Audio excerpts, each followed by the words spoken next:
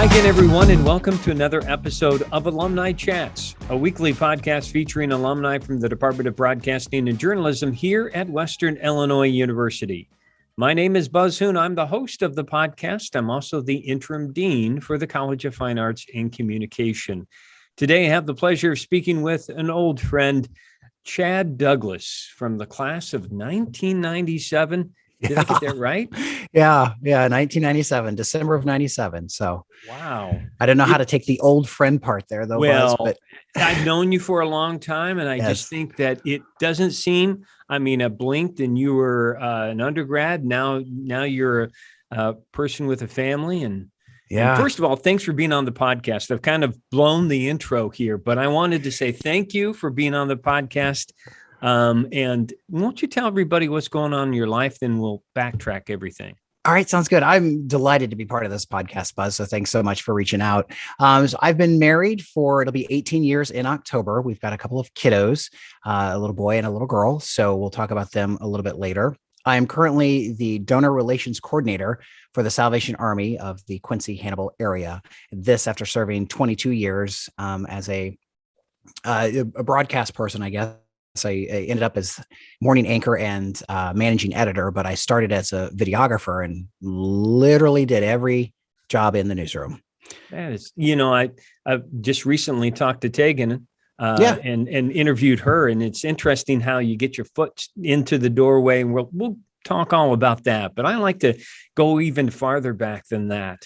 Okay. I like to go all the way back to talk about, because I think, a lot of people are impacted by not only the family, which I'm sure, your family had a huge impact on who you are and how you developed into such a person with a great work ethic, but, your community and where you grew up. And just before we started, you were telling me you're from the Hannibal, Missouri area, but even more remote than. So tell everybody where you grew up and how that may have impacted you. Sure, because everyone knows Hannibal, the boyhood home of Mark Twain. Yes. But I actually grew up in a small village about 3 miles south of Hannibal, still considered Hannibal, but I like to talk about it as much as I can. And it's a village called Monkey Run. And it is basically a little neighborhood down right on the Mississippi River. And it was very small, quaint, lovely neighbors, a great place to grow up, to where you would go outside and you would come home when it got dark. And you would ride your bikes, you would wade in the creeks, you'd wander all around the woods. And those of you who may know me now or knew me a few years ago would be like, outdoors and Chad don't really mix. And they don't. But as a kid, I loved it. And it really did, Buzz, I think, shaped into who I was and the compassion that I hoped I showed when I interviewed people when I was in television, of that caring compassion that you have from coming from a very small community. Well, all my family, just to give you some idea, we're from the Illinois River, a very small town, Bath, Illinois, in that area. And I said that when we did a DNA check, and it turns out that I'm 50% catfish. Oh, well, because so many people, because we ate catfish for so many times. At least you're not 50% Asian carp then. No, that would be, every time a boat would drive by, I'd jump out of the water. Yeah, right. So talk about your family and how, you had that freedom and probably support to find out who you were and how you, were finding what you had abilities in. Sure. So I have an older brother who's 3.5 years older than I am. And I don't know if he'll see this or not. Doesn't matter. I tell it to his face anyway. He was your typical older brother, teased me a lot and kind of tortured me as a child, all in good fun, I guess. But he was also the one that if something happened to me, he had my back. He was the first in line. So very thankful for that. We have a great relationship now. But I tell my kids as I try to parent them, like, I had an older brother. So stop being that kind of older brother, because I didn't like it when I grew up. So I don't want it in my house. But mom and a dad, and it was just us two boys. And he is far more outdoorsy than I. So he did a lot more adventurous stuff than I growing up. I was always a rule follower. And even from as long as I can remember from kindergarten and stuff, I just didn't like to get in trouble. I like to follow the rules and not kind of break out of that. And that's kept me kind of reserved. But that's certainly not a complaint. I do kind of wish I was a little bit more adventurous in some things, but I'm just fine being me. Yeah. And I think you turned out to be a fine human being. And Well, thank you. in my opinion. So when you're in high school, what kind of things did you like to do by the time you started to get to, into those teenage years? Yeah, we didn't do a whole lot. Again, not very adventurous. And in a small town, there wasn't a whole lot to do. Back in my day in high school, the cool thing to do was to cruise Broadway, and everyone would get in their car and we would just lap up and down Broadway in Hannibal. And if you found somebody that you wanted to chat with, you would maybe pull over and talk to them. Or, if you found somebody you thought that maybe was a little attractive and wanted to talk to more, you'd kind of play the fun game of trying to catch up to them as you could without breaking the law and running red lights or swerving people off the road. But it was so crowded, all the cars there. That's what we did. There might have been some times out in the middle of nowhere doing some stuff that might be frowned upon. Again, didn't really want to break the rules, so I never did that. But my friends and I would go out and just have fun and just talk about life as a 17-year-old. I'm sure you've been to some high school reunions, or you've seen some of your fellow high school people. What would they probably say about you? And from that period of time, were you a social person? Were you a fun-loving person? I think I was the type, I wasn't really with the popular crowd. I wasn't with the nerds or the jocks. I just kind of was right in the middle. And I like to be friends with everybody. And that's what I try to instill in my kids, is just be nice to everyone, be kind. You never know what they're going through. And you never know where you're going to end up in life. And we'll stay in high school. But just for a second, my last boss at the TV station, I trained her as an intern. So you never know who's going to come back in your life. So I'm like, just be nice to everyone. It costs nothing to be kind. So I hope people saw me that way then and still see me that way now. Yeah. I would expect that. I mean, that's the type of person that I know too about you. So how did you get to WIU, and when did you decide that you were going to be in, at that time, communications, but broadcasting area? Yeah, I didn't have any idea what I wanted to do through high school. There was a time I wanted to move to Hollywood and be a movie director or game show host. And I worked at Subway, the restaurant, in high school. And I was asked to be part of a local commercial they were shooting. They asked any employee who wanted to be involved. So I'm like, I'll do it. I took one theater class. Why not? And I was kind of enamored by the production value of everything, the cameras and the lights and the microphones and doing multiple takes, and wasn't really part of the editing process. But when I saw the finished product, I was like, all right, pretty cool. So then I turned my gears toward broadcast or some sort of production, and toured the facilities there at Western. And to be honest with you, that's the only college in which I applied. So I was thankful when I got the acceptance letter. One big draw of Western was its broadcast department, because I thought it was very well fitting. And coming from a small town, it was a small enough campus where I didn't feel like I could get lost. I know Mizzou has a great program, and I have a lot of good friends who were through there. And again, I didn't apply, never went and checked it out. But when I heard they had 40,000 students on campus, which was like 2.5 times bigger than my hometown, gave me a little anxiety. So I chose to go the smaller route, small town, Macomb, not too far from Hannibal. It was well worth the drive, that if I wanted to come home on the weekends or needed to, I could get there in a couple of hours. And it was a good fit for me. And you were in a residence hall freshman year? Freshman, sophomore, junior, and senior. Yeah. Again, where very did adventurous. Okay. I was in Thompson Hall the entire time, which is like a freshman dorm. But I liked it there. There was no reason to move. My second semester, I got the coveted parking spot for the T lot, Thompson lot there. So I didn't have to park in Q lot and walk. So I was like, man, I got a parking spot right outside the dorm.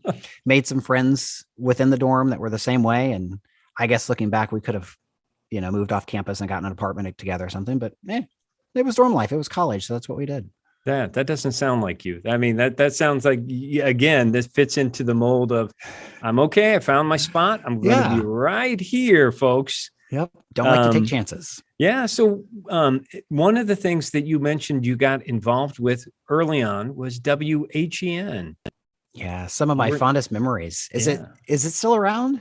No. Okay. I didn't think so, because it was in Henninger Hall, which I don't think is an active dorm. So yeah, that was some of my fondest memories when I think of Western as WHEN radio. That was one where, as a broadcast student or a communication student, I wanted to get used to my voice on tape. So I said I should probably do a radio show. I recorded every radio show I ever did. I listened to every single show I did because I liked the music, but I also got used to the sound of my voice on tape. Right. And I met some great friends through WHEN. And believe it or not, of the little small group, only one of them also went through the communication program, proper wise, Cisco Cotto, who we anchored together at WIU. And then he's doing great things now up in Chicago. So, and we still stay in touch. He was in St. Louis with his family a couple of years ago, and I just happened to be in St. Louis doing some stuff. And so we got together and, grabbed a coffee and just kind of caught up. So those are the people that I can think of at WHN. There's 3 of them that we still stay in contact. It's through Facebook. Thank goodness for Facebook. You can do that kind of stuff. Yeah. But yeah, it's, we've been together through births of children, through death of parents. And it's just nice that even though we haven't physically seen each other in almost 30 years, you still have that connection. And when you make those friends in college, I mean, they're usually friends for life, and because it's your first time away from home. So they become your family. And we've connected through some very serious stuff. And it's been nice just to have that, even if it was through Facebook. So I'm trying to imagine you guys were probably playing some 80s tunes. Were you playing some 90s stuff too? My show was country. 90s country was my jam. And then I did a radio show with some friends, and we did everything. We all brought different genres to it and just did kind of a mixed bag. So it was fun. So at some point, because I remember you were involved with the newscast. Yeah, oh yeah. So what do you tell everybody what kind of things you're doing with the newscast and what your memories of other people, faculty, things like that? Sure. So we did I'll call it a production class. And that was one where we could be the reporter, we could be the photographer, we could be the editor. And back then, Buzz, I think you were actually one who taught me how to edit. And that was on the tape to tape machines with the dials that, don't exist very much anymore. So you would go out and you would do news stories. And you mentioned I was a December 97 graduate, got through in 3.5 years because of the program. The way it's set up is I could go do these stories and get independent study credits, but I was learning what I was going to do as a trade for 2 decades. So that was very, very nice. So we go through and you'd either be the reporter and do the stand-ups and the voiceovers, or you'd be the photographer. If you had a big group, we did one year, we had like a person who did the lighting and stuff. I anchored for the news there for 3 or 4 semesters, behind the desk, and help produce it and write the shows and everything. And just a lot of stuff that once you get out, you tweak what you learn, but that's your foundation for everything that you're going to do. And was Sharon and Sam and Roger, they must have been involved in the newscast at that time. Oh yeah. Yep. That was the class of 95, 6, and 7 for me. Was Sam Edsel, who helps with graphics. You, of course, Roger Sadler, who I still keep in contact with today too. He's a good friend. And Sharon Evans was the dean at the time when we were there. And there was other, like Michael Murray did radio classes and stuff. So he was always a hoot to have in class. And I remember it seems like after we get done with the newscast, trying to break down all the rights and wrongs with everybody. And it was this initial kind of fear of like, oh, what were they major or were they minor, and all those kind of, but you had to have that discussion in order to learn and to get better. Right. And Roger Sadler always did the critiques. And it was like, as soon as you were done with the newscast, you could get the microphone off of you as soon as you could and run to find that critique and see what the goods and the bads were. And it was always a very positive program.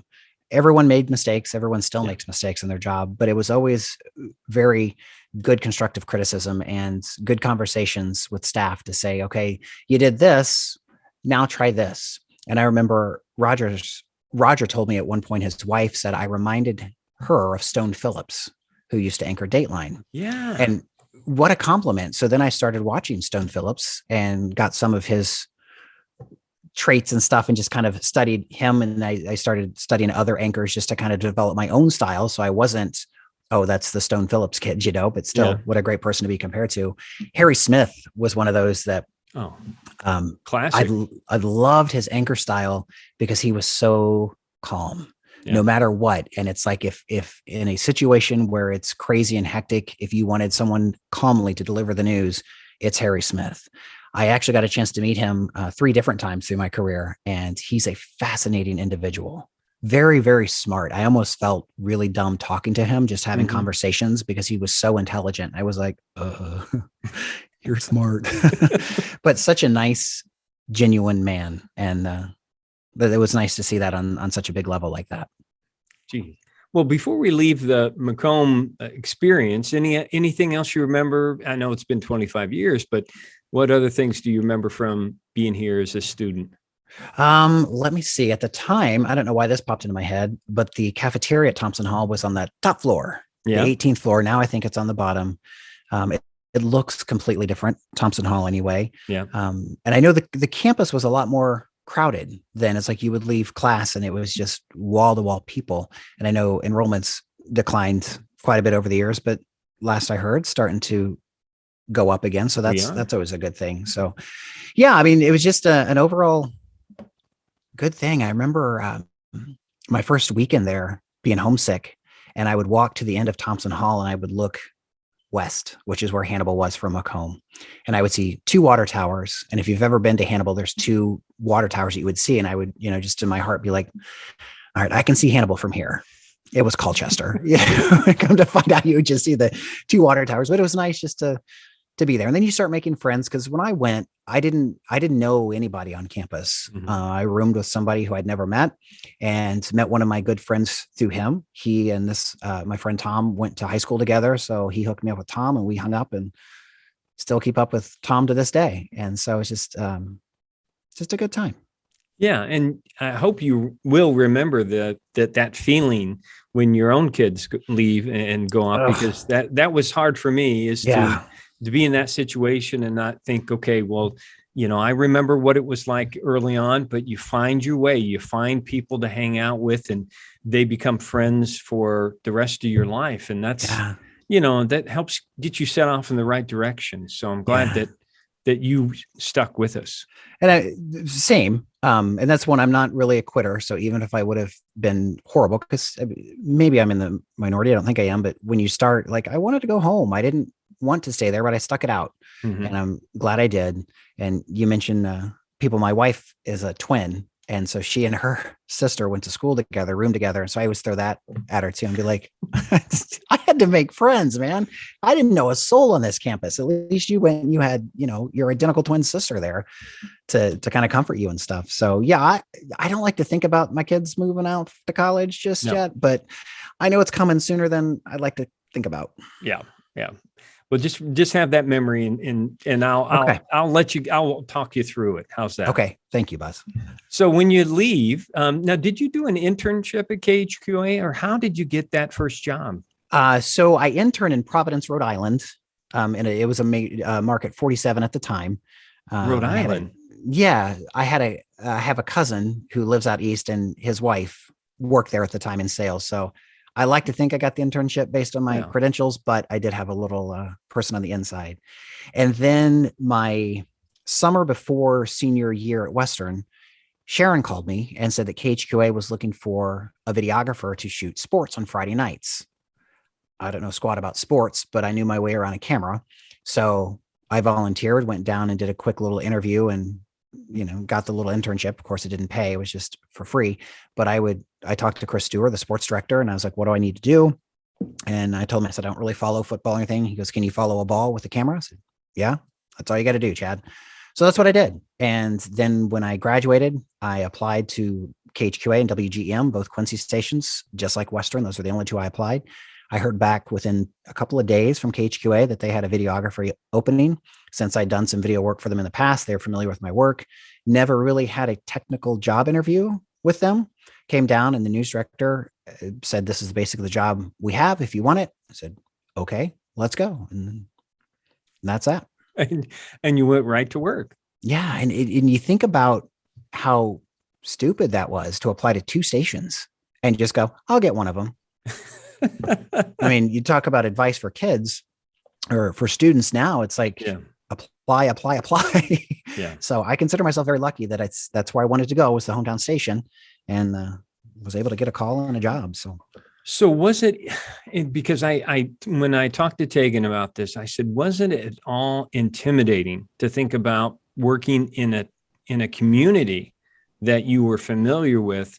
Because there's something about going to a new area where you don't have to have the same, I hate to say this, politeness or courtesy or whatever, because people don't know you. You can set up your own thing, but everybody, I mean, you have folk in that area. So you have to, you grew up with people. People are going to say, I knew you. So was there any, sort of challenge at all early on for you working in a community that you grew up in? Not at all. I took it as a comfort because I knew what was important to the people of this community, because this is where I grew up. And even Macomb being within the viewing area of both those TV stations, I just felt like I knew those people and they were friends and family. And sometimes you have connections because you know who they are, or they know your parents or your brothers. So I actually found it as a comfort and looked forward to starting in my hometown.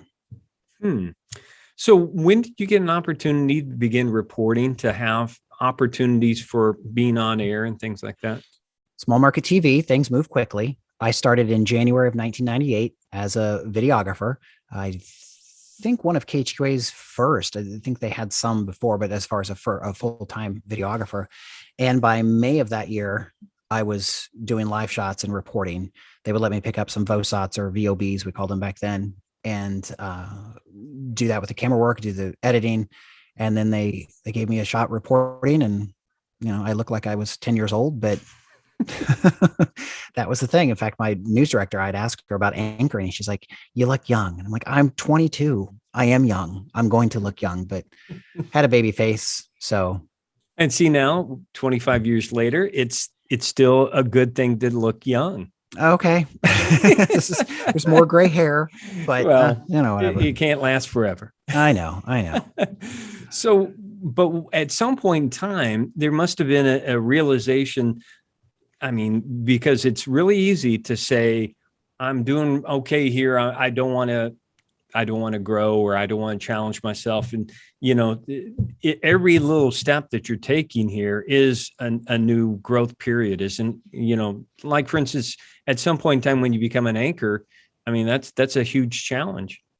Sure. And it's a matter of, if you're asking like why I never moved to a bigger station or anything, again, I felt comfort being where I was. I was close to family, and I'll credit Chris Stewart with this because I think that man is mega talented. And I said to him once, I'm like, why are you still in small market Quincy, Illinois? And he goes, you know what, Chad? He's like, I get to do what I love. People management pretty much leaves me alone. I do my thing. I get to cover the kids, the sports. Why would I go somewhere where people are going to tell me what to do? And that just kind of sunk in with me.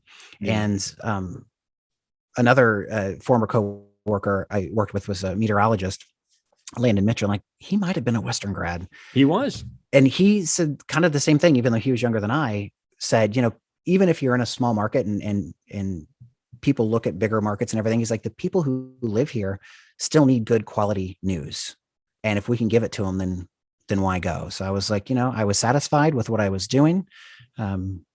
Maybe have a tinge of regret not moving somewhere else, just to say I've lived somewhere else. But then if you start thinking that, then I wouldn't have met my wife, who's from Quincy, and wouldn't have the life I have now. So I just figured things worked out the way they were supposed to. And there we go. Was it ever difficult to be in that community though, and be so visible, to have people maybe approach you, and positive or negative? Yeah. The only negative I can think I ever got was on social media. So that's easy to hide behind a keyboard. But anytime in public, everything was always very positive. And I think people really liked the fact that I grew up in Hannibal and stayed there and raised my family there. It's a great community to live. But I think people kind of appreciated that, was that they had, the hometown boy giving them the news. Again, kind of going back to, I know what's important to the folks who live here because I've been here my entire life. And I'm thinking of all the times that I would hear you. The Monkey Run thing was new to me. Really? I did not know you were from Monkey Run. So so Monkey Run didn't make the news very often, but when it did, I was always proud to point out that that's where I grew up. Sadly, it was usually because of a flood, because it would flood, because it's right there on the banks of the Mississippi. But yeah, anytime I could have a chance to talk about it, it was always fun. So let's talk a little bit, because I'm sure you said Harry Smith was somebody that you enjoyed meeting. What other kind of people did you enjoy meeting that you want to tell your kids about, and when especially when you get even older and you say, I met this person. Okay. Alex Trebek, Yeah. Pat Sajak and Vanna White, Jeopardy was doing a shoot in Chicago at the Rosemont. And so since KHQA carries Jeopardy and Wheel of Fortune, we were able to go do some behind the scenes. Wheel of Fortune was in Kansas City. So I got to meet all three of those on two different occasions. And I told this story on air, I think, as after Alex Trebek passed away, was I always felt on TV watching him that he would be stern and mean because he was always so serious and so well educated and everything. He was the nicest man when I met him. And so that sticks with me. Pat Sajak and Vanna White were the same way, both very down to earth and just nice people to talk to. And I think when you get on the celebrity status of people like that, sometimes they just want you to talk to them as a person and not, oh, I'm Pat Sajak or I'm Vanna White and this is what I do. It's just having nice conversations, which is what got me kind of in a little problem with Harry Smith, because we just talked and he started talking way over my head about stuff that I didn't know about, but still enjoyed it. When I met Harry Smith, I think it was the first time I went to New York for work, and I did a behind the scenes shoot with what was then the CBS Early Show. So it was Harry Smith, Hannah Storm, Julie Chen at the time, but Julie was on vacation, Renee Seiler, Dave Price, who was the weatherman at the time, was a hoot, and did some behind the scenes of General Hospital in New York, did some behind the scenes stuff in LA with Bold and the Beautiful, Young and the Restless. So those were some of the fun celebrity encounters that I got to do. Also a fun story with Barack Obama. You see things on Facebook, it's like, who's the most famous person you've ever spoken with? I'm like, well, it's got to be President Obama, who was a senator at the time, was in Keokuk campaigning, and said no media except for local media because the national media had access to him all the time. And so we interview him, very nice, very down to earth. And then another reporter had a camera, because this was 2008. So there were no cell phone cameras really. She took a picture with him and she offered, she's like, Chad, you want your picture with him? And I didn't, because you didn't want to mix politics and anything with, being unbiased and everything. So I said, no, thanks. And then he's elected president. I was like, I could have had my picture taken with the US president had I known.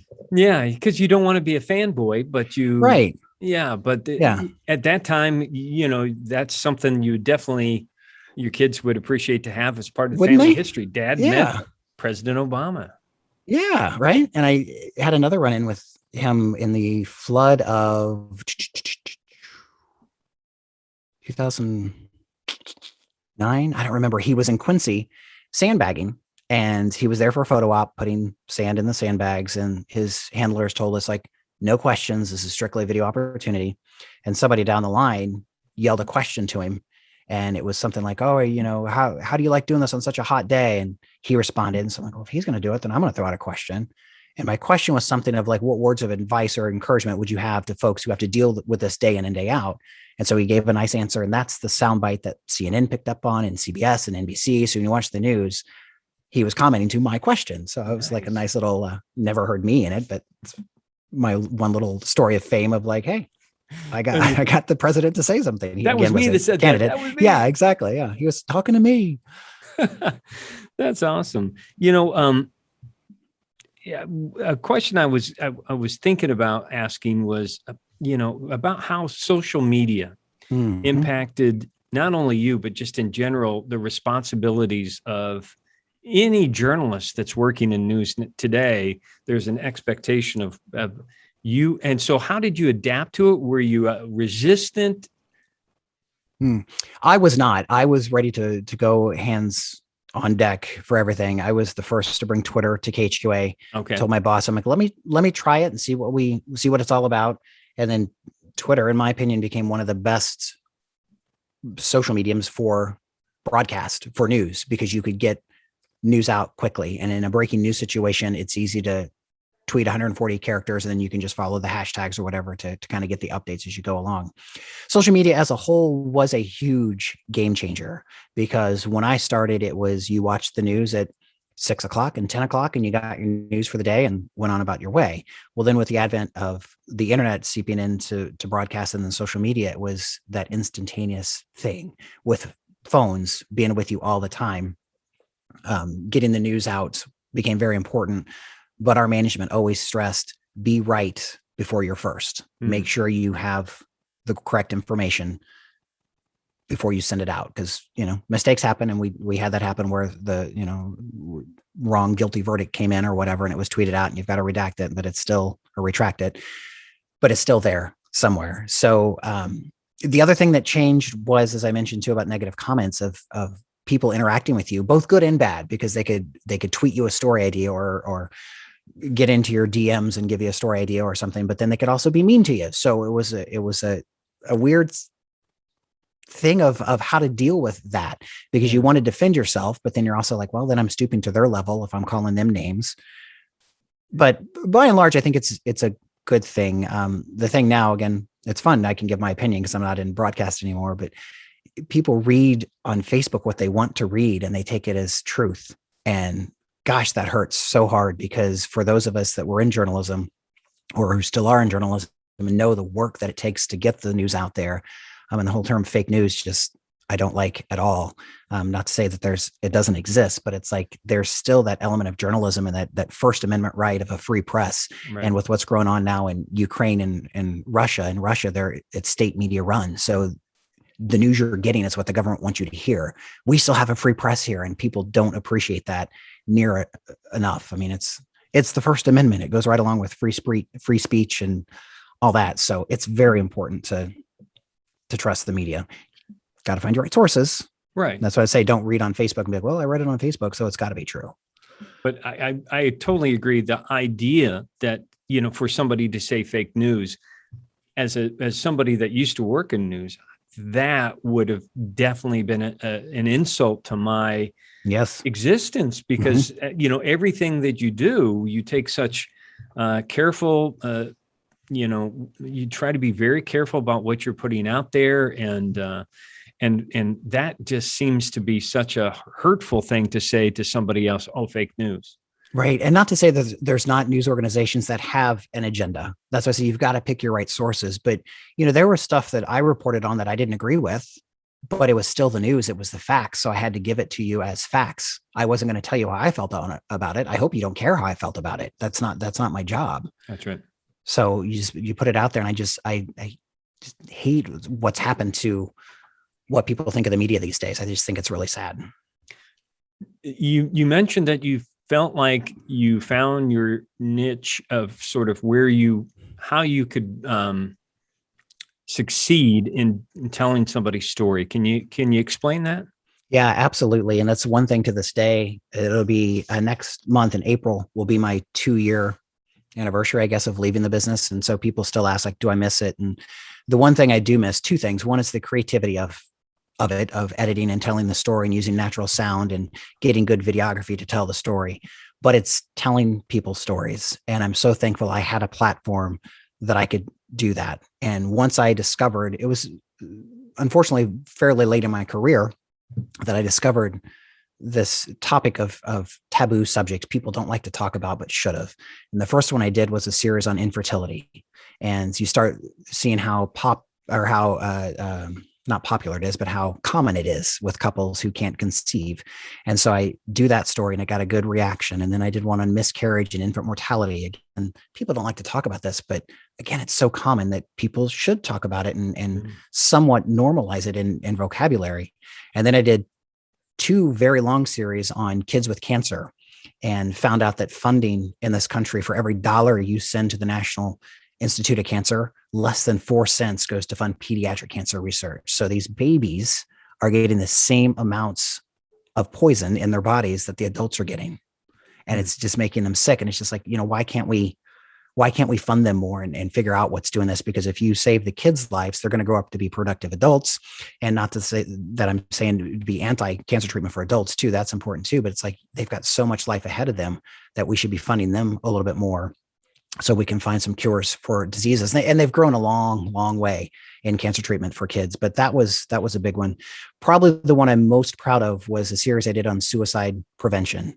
We had a young man, he was, I think, 15 when he died by suicide, and another one. And of course, we have sweeps periods throughout the month: February, May, November, July. And it was in September. And so I pitched the idea of a suicide prevention month. And my boss told me, she's like, we don't talk about suicide on the news. I was like, I know, but I just thought it was a good idea because it's, people are talking about it. So it gets denied. And then February rolls around, and sadly, we lost a couple other youngsters to suicide. And so I brought it up again. And the boss says, Chad, I told you we don't talk about suicide. I said, maybe we should, because it's still happening. So May rolls around and I pitch it again. It gets denied. And I said, I'm just going to do it. I was anchoring the morning show. I'm like, we'll run on the morning. If you want to run it at night, it's there. If you want it, if not, no big deal. So in the process of doing interviews for one story, I ended up making it a 5-part series. And I talked to families of those who had lost a loved one to suicide. And they were so willing to talk because, one, they wanted their loved ones to be remembered. And 2, they wanted it not to ever happen to anybody else. So anything they could do. And probably the biggest compliment I ever got was not even to my face or directed at me, but we ran a story on a young man, Dylan, and it was his story.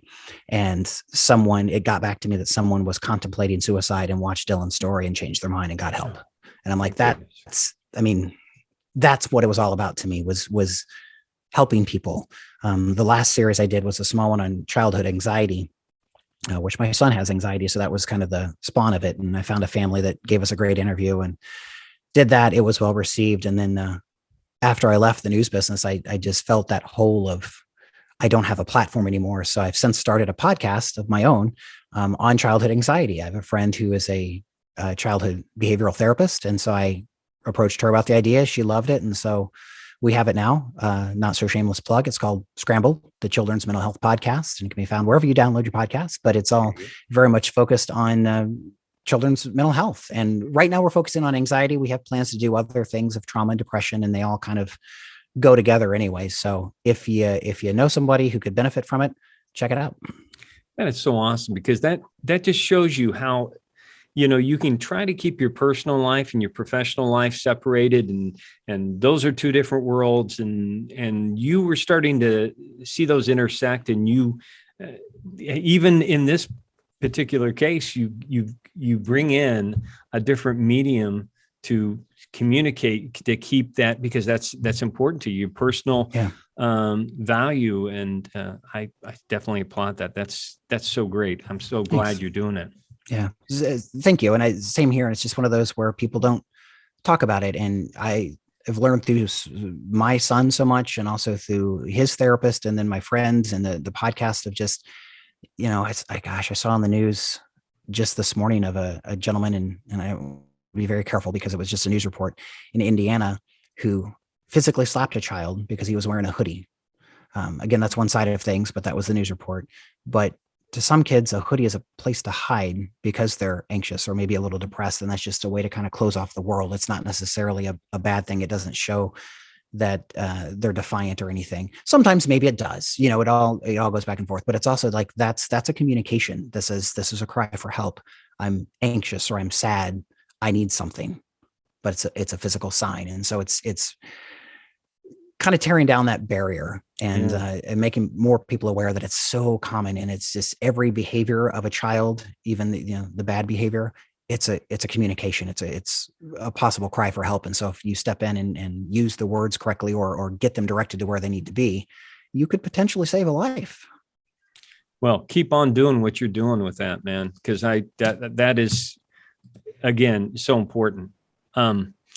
Let's talk about your new job, because I want to ask you about, you must have found that your ability to connect with people, your ability to, to listen to other individuals, you must see some things that that you took from your old job and are doing in your current job that, translated well. Absolutely. And the new job is donor relations coordinator. So it's for the Salvation Army, and we have a great base of donors in the area. And it's just checking in with them and seeing why they support the Salvation Army. And it's a lot of just listening, which I spent 20 years doing. Spent a lot of time talking too. I can talk a while, but it's just having conversations with them and developing relationships, and again, seeing why their heart's with the Salvation Army. And if they ever have any questions or anything of what we do, what their money goes toward, I'm happy to share that with them. So yeah, it was a fairly easy transition. I was a little nervous about it because it was a complete career change, development, fundraising. I've never done anything like that. And, Mm-hmm. asking people for money seems kind of out of my comfort zone, but, yeah, I'm doing it almost 2 years in. Yeah, when I saw your title, I'm not surprised because I think it is about relationships. And it's, Mhm. when somebody's in that type of thing, it's about, are they listening to me? Can they communicate the story of why this is, what's my passion? What's their passion? Is this connect? And then, so I see that you would be really successful in that particular role because of just the type of person you are, because you're genuine, and just as you've already told everyone, all the things that are important to you would come across naturally in that conversation. Well, thank you. They've also let me use my skill set of the broadcast work, and I've done some very news type stories, and I was trying to get out of the habit of making them like news packages, but it was, talking to some of the Salvation Army clients of how we've helped, how the donors' money has helped them get back on their feet. And it's, again, that love of sharing people's stories that I really fell in love with the broadcast career. And I imagine you personally have some more time with your family than when you were working those crazy hours in the morning. One would think, but I would disagree. And it's weird because I get that asked all the time, like, oh, I have normal hours. But when I would work the morning show, I was done at 11:30 in the morning. So I had all afternoon that I would go volunteer in my kids' class, or I'd go have lunch with them, or, be the room parent for the holiday parties. Luckily, the new job allows me to do that. I still volunteer in my daughter's class once a week. So they're very good about letting me do that as well. But I miss, and it's my son's last year of elementary school. He goes on to junior high next year. My daughter's in third grade, but I miss picking them up from school and going to TCBY or going to Poppin' on Main, a little popcorn shop we used to do a couple times a week, just to have that father child time. But I also look back and go, I'm so thankful that I got that time with them, because so many parents, my wife never had that. She's always had an 8 to 5 job. And again, my new job is very willing to let me do stuff like that. I just don't get to do it every day like I used to. And that I do miss going to the parks. It's nice. I'm not in bed at 7:30 every night, but they are, 8:30, they're in bed. Mm-hmm. So yeah, it's weird. It was a big adjustment working till 5 o'clock. Interesting. But off of that, as the kids get older, they get activities and they go, my son's soccer games are starting to start at 7:30 at night. And I'm like, oh, it's bedtime. I don't have to worry about that now. So there's pluses and minuses with the schedule, but that always surprises people that I'm like, I actually kind of like the morning gig. And I still wake up really, really early just because my body clock is used to getting up early. Now, you've already kind of revealed a little bit about how life was for you growing up in Monkey Run. Talk about how, and this can sometimes be really tough. I mean, how wonderful it is to be a father and to have, and I say that because I know I don't mean to make you emotional, but I know how important your family is to you. It is so important and so awesome. So, I think there's a time in every man's life, maybe every woman's life too, where it's just like, yeah, kids. And then one day something just clicks. And I remember being in Walmart. We were in the toy aisle shopping for either a niece or nephew or something. And I see this little boy and he's about 3. And just the way his dad's interacting with him, it's just like, I want that. And ever since then, it was just like, okay, what can we do? And going back to the infertility story that I did, that was based on real life. I mean, we started trying for a family and it wasn't happening. And so we were doing all kinds of infertility treatments. And this is where I learned, like, man, this is so common. I wanted to get the word out. We ended up, my son is adopted, and we got him through a great blessing. We weren't looking to adopt. And after we adopted him, so many people reached out. It's like, what agency did you use? And I said, he found us, man. He just landed in our laps, and that stuff just doesn't happen very often. So to talk about blessings and another medium, gosh, I feel like shameless plugs, but I started a blog back then, I think when I became a dad, and it was mostly about stuff like that of what it was like. And it was I would write a blog and I'd wake up in the morning and it would just hit me, and I'd open the laptop and it would just hammer it out. And it was like therapeutic for me, and a very good way to release things. So, a lot of that stuff's on there, and there's some pieces in there that's written specifically like for my kids. Like once they get older, I'm like, go read what dad was thinking on this day. There was one day it was Valentine's Day, and my daughter's in preschool, and I remember writing it. And I remember writing in the blog, like, you're not going to care about this, whoever reads it. This is for me to read one day when I have a day when I'm struggling as a parent, or the kids are on my nerves. I can go back and go like, remember this day. And I still remember the picture of my daughter with her Valentine's box. And I just remember her perfect little face in 3-year-old preschool of how much fun that was. So yeah, it's awesome. Just awesome. And something else that people who knew me in a past life would go, really, you? I have fallen in love with coaching these kids. Tegan's husband, actually, when her son is a year older than mine, and her husband coached his basketball team. And my son wanted to play. And so he's like 4 or 5 years old. And so I helped him. And I'm like, oh, no, how much help I'll be. And there was a kiddo who showed up to practice all the time and would shoot and, make a shot every now and then.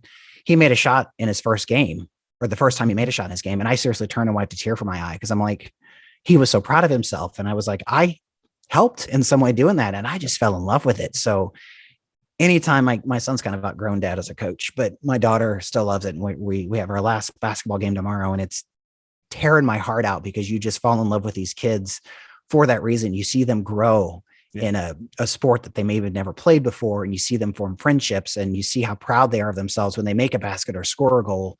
And it's just, man, tomorrow's going to be hard after that basketball game, but we're moving into volleyball next. I'm going to coach that too. Well, one of the joys of talking with people that have been through our program is very similar in the fact that you don't realize the impact we have on each other. The supportive word, an encouragement, somebody saying that they believe in them, or they're happy that they saw something happen, go their way, and it set them off in such a wonderful way.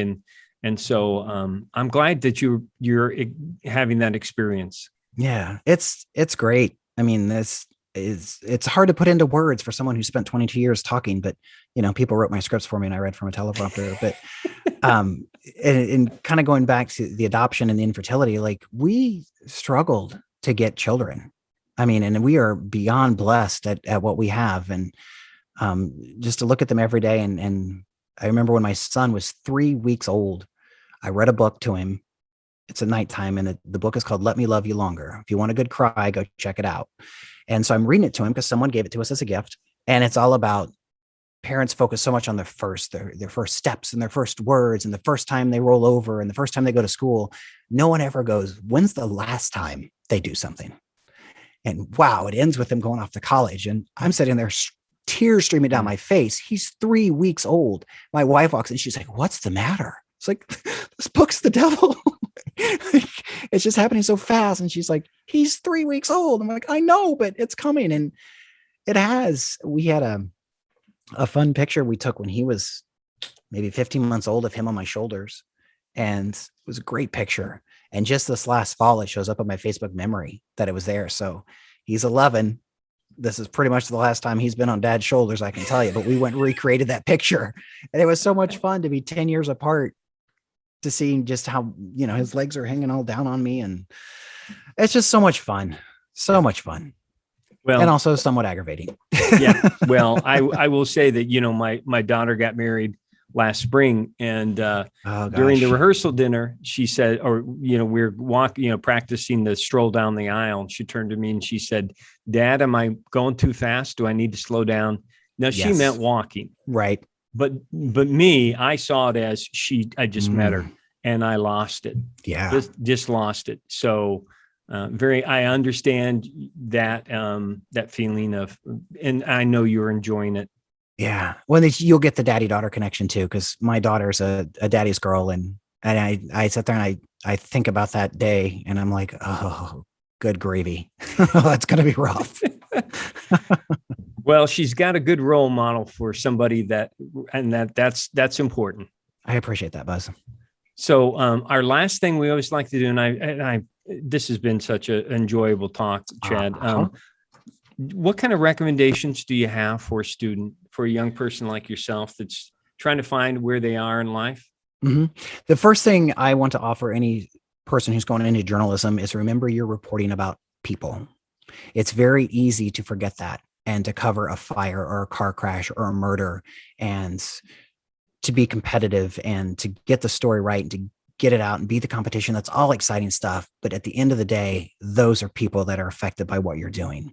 And I always told people, because I would get in my role at KHQA, is I would mentor people, and Roger Sadler would always invite me back to his classes once a semester, and I would talk to people. And I always told him, I said, I'm a human being first, I'm a dad second, and I'm a journalist third. Those were my priorities. And there was one day early in my career where there was a murder that we happened on to by accident. We went to check on something else at the fire department, and they were like, "You're not here about the murder?" I was like, "Yeah, we are now." And we knew we had a leg up on the competition. This is before social media. And we had gosh, it even hurts to say this, we had a really good day that day. We got the information we needed. We gave it to the viewers and everything. And I got home that night and I was on, like, not cloud nine, but I was feeling really good. Had a good work day and everything. We'd scooped them. And then it dawned on me, I'm like, I had a good day because some lady lost her life. Yeah. And that really hit me. And I'm so thankful that happened early in my career, because that was a time when I went, okay, Chad, this is what my dad was talking about when I said I wanted to go into broadcasting. He said, if you do this, please promise me one thing, that when someone loses their home to a fire, excuse me, or something tragedy happens, don't ask them how they feel. He's like, that's a dumb question. And I always remember that. And I never, ever asked that question. I found a different way to ask it. Tell me what's going through your head. What are you thinking right now? So you get that soundbite, but they're people. And that's my main piece of advice, is you're dealing with people. That is your commodity. I also say, know your content. I say a lot of young reporters reading their scripts off their cell phone, which is fine. It was paper in my day. Know your content. Don't rely on your phone. Don't rely on your scripts. Know what you're talking about, and you'll succeed further than ever. And be accurate. We talked about that with social media. It's fun to be first and get the word out, but be right before you're first. Wow. Thanks for the advice, Chad. And thanks for this talk. It's been so great. As you mentioned, I would see you every semester. You're so dedicated. And I'm so glad and appreciative that you would come back every semester to talk to Roger's class and give them feedback and mentoring. It's such a great benefit. Yeah. And I enjoyed it probably more than the students did. I mean, I felt like some of them enjoyed it because they would learn things. They were able to ask questions. Yeah. I was more real with them than anybody else. If you would talk to like some high school students at a career fair, you kind of go, oh yeah, this. With them, if they're going into the business, I was as brutally honest as I could be. You know, it's not the greatest paying job in the world. There's certainly potential there for it. You get to see a lot of stuff, both good and bad. One thing I jotted down on notes before this was I got to go to NASA in Houston, to the Space Center, because after the Columbia disaster in 2002, the next flight that went up was Discovery, and it was piloted by a man from Burlington, Iowa. So the station flew me down to NASA, and I got to talk with him and some other people. I got to sit in simulators that they told me the media doesn't normally get to sit in. So I'm like, who gets to have this kind of opportunity to do stuff like this? And I'm kind of a space nerd anyway. So that was so much fun. I got to skydive for work. Got to try out Mr. Freeze at Six Flags St. Louis before anyone else. You know, they have a media day and you get to do it, and they videotape your reaction. It's just so much fun stuff. But you also deal with the murders and the fatal fires and fatal car crashes and some stuff you see. I feel like I always getting dark again here, but my first dead body I ever saw was an 8-year-old boy. And that stuck with me. And it's just like, you see things in this that there really needs to be more of a push on mental health awareness in this field. Some stations, some groups are getting it to where they have access to counselors and stuff, just like first responders who need it as well. And they are able to take advantage of that because they see more horrific stuff than we would. But still, there's just a lot of stuff that you see that can take its toll. And I guess I offer a little bit more advice is if you need help, reach out. Don't be ashamed of it. Talk to somebody, even if it's not your boss, if it's a colleague, if it's a family or friend. And if you need help, get it. That's what it's there for. Absolutely. You can even contact an old professor. Sure. Absolutely. Yeah. Anybody. That's right. Well, Chad, again, thanks for being on the podcast. Great catching up with you. You as well, Buzz. Thank you so much for the invite. I really enjoyed it. And if you're interested in being on the podcast or you want to recommend somebody, just send me an email. We want to hear from you, and we hope that you will continue to watch and listen to the podcast and appreciate everyone's support. So until next week, stay safe, take care, and God bless.